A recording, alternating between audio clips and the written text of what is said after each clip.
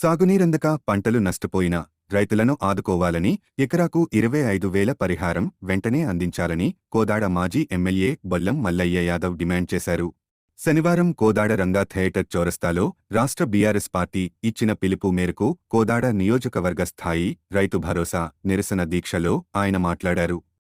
దేశంలోనే అత్యధిక ధాన్యాన్ని సేకరించిన రాష్ట్రంగా తీర్చిదిద్దిన ఘనత కేసీఆర్దే అని అన్నారు.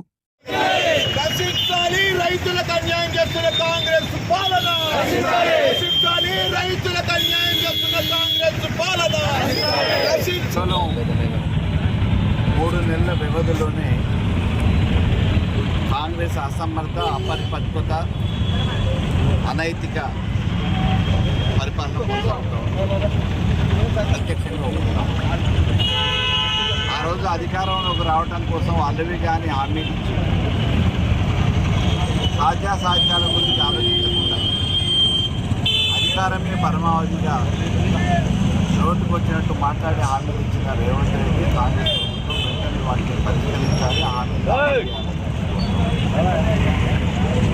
దాంట్లో భాగంగానే ఈరోజు 10 సంవత్సరాలుగా ఈ తెలంగాణని 1 ఎకరాల మాగాలుగా తీర్చిదిద్ది చివరి భూముల వరకు నీళ్ళు అందించి 3 పంటలు సైతం వేసుకోవడానికి గ్రామాలలో ఉన్న చెరువుల్ని నిండు కొండలా కలకల్లాడే విధంగా మండు వేసవిలో కూడా తీసి మంచినీళ్ళ కోసం ఎక్కడ ఎటువంటి ఇబ్బందులు గ్రామాలలో కానీ మున్సిపాలిటీలలో కానీ పట్టణాలలో కానీ లేకుండా ట్యాంకర్లతో సంబంధం లేకుండా మంచినీళ్ళ సరఫరా చేసి ఏ ఇక్కట్లు రాకుండా ఉన్న తెలంగాణ ప్రభుత్వం దిగిపోయిన 3 నెలల కాల వ్యవధిలో ఈరోజు గ్రామాలలో బిందెలు పట్టుకొని బయట ఆడపడుతులందరూ బజార్ల కింద ట్యాంకర్ల కోసం ఎదురు చూడాల్సి వస్తుంది.